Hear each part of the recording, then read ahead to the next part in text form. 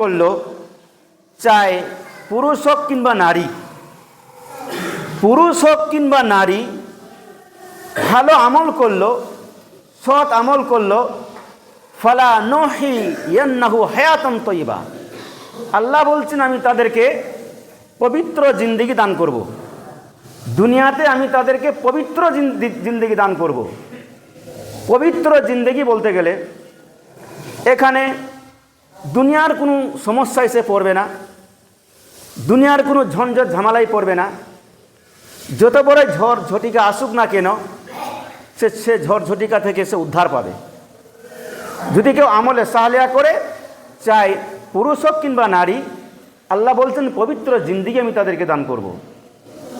জিন্দেগি দুনিয়াবি জীবনে কোনো সমস্যা তার মধ্যে আসবে না। আরও বলছেন ওয়াল্লাযীনা আমানু ওয়া আমিলুস সালিহাতি লাহুম মাগফিরাতুন ওয়া রিজকুন কারীম, যারা ঈমান আনলো এবং সৎকর্ম করলো, ঈমান চাই, ঈমানের সাথে সৎকর্ম, লাহুম মাগফিরাতুন ওয়া রিজকুন কারীম, তাদের জন্য রয়েছে ক্ষমা আর সম্মানজনক রুজি। তাহলে দুনিয়া তো উপকার পাচ্ছে, আমলে সালিহা যদি করা হয়, নেকি যদি করা হয়, তাহলে সে দুনিয়াতেও উপকৃত হবে, দুনিয়াতে সম্মানজনক রুজি পাবে, সম্মানের রুজি তাকে দেওয়া হবে, আল্লাহ দেবেন, আর আল্লাহ তাকে ক্ষমা করে দেবেন। তাহলে এই উপকারগুলো রয়েছে আমলে সালিহা আমরা যদি করি। ওয়া ইয়াত্তাকিল্লাহা ইয়াজআল লাহু মাখরাজাও ওয়া ইয়ারযুকুহু মিন হাইসু লা ইয়াহতাসিব ওয়া ইয়াতাওয়াক্কাল আলাল্লাহি ফাহুয়া হাসবুহু। ওয়া ইয়াত্তাকিল্লাহা ইয়াজআল লাহু মাখরাজাও, আল্লাহ বলছেন যারা পরেশগার হয়ে গেল, যারা মুত্তাকি হলো, তাদের রুজি, তাদের জীবিকা এমন জায়গা থেকে আমি তাদেরকে প্রদান করব, দেব, যে তাদের সেটা ধারণার বাইরে,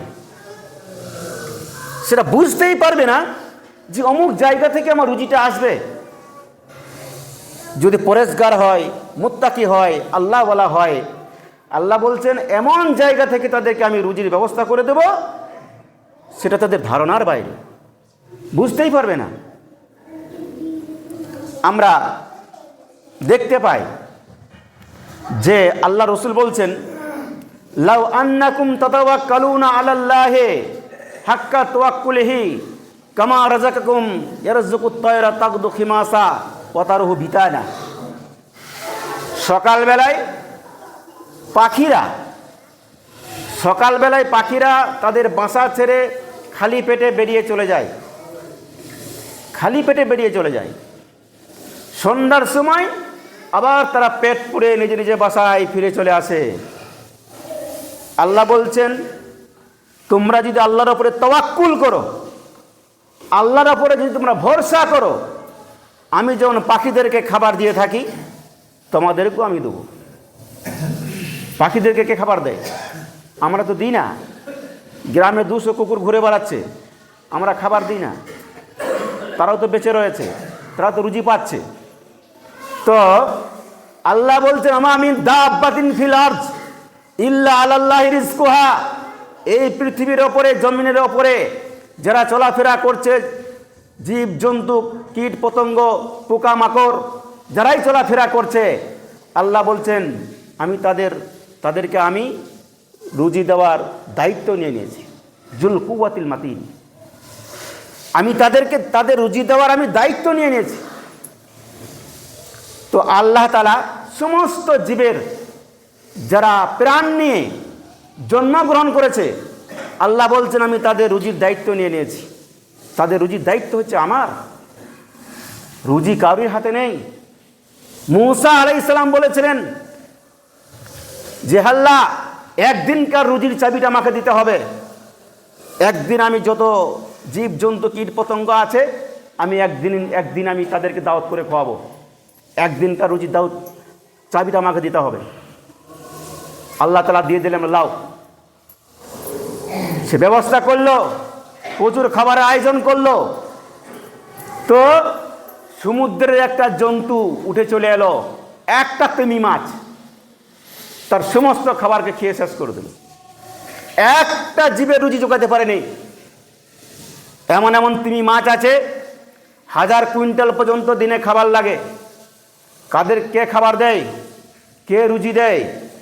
আল্লাহ বলছেন তোমাদের সৃষ্টি করা 50,000 বছর পূর্বে, 50,000 বছর পূর্বে আমি তোমাদের রুজি লিখে দিয়েছি। পৃথিবীতে যাওয়ার পরে তোমরা কি খাবে না খাবে, তোমাদের মায়ের পেটে 4 মাস 10 দিন পরে আমি তোমাদের রুজির ব্যবস্থা করে দিয়েছি, রুজি লিখে দিয়েছি। 4টা জিনিস লিখে দেওয়া হয়।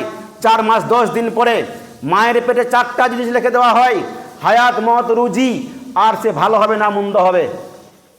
এই 4টা জিনিস লিখে দেওয়া হয়েছে মায়ের পেটে। রুজির চিন্তা কিসের? পৃথিবীতে যে এসেছে, জন্মগ্রহণ করেছে, জীবন প্রাণ নিয়ে, তার রুজির ব্যবস্থা আল্লাহ করে রেখেছেন। আমাদের চিন্তা করার কিছু নেই। তো এগুলো মায়েরই পেটে লিখে দেওয়া হয়েছে। 4টা জিনিস, কদিন বাঁচবে, পৃথিবীতে আসার পরে কদিন বাঁচবে, কখন মরবে, আর রুজি, আর পৃথিবীতে আসার পরে সে ভালো আচরণ করবে না মন্দ আচরণ করবে। এইটা সাকিউন আও সাইদুন, সে ভালো হবে না মন্দ হবে। এই 4টা জিনিস মায়ের পেটে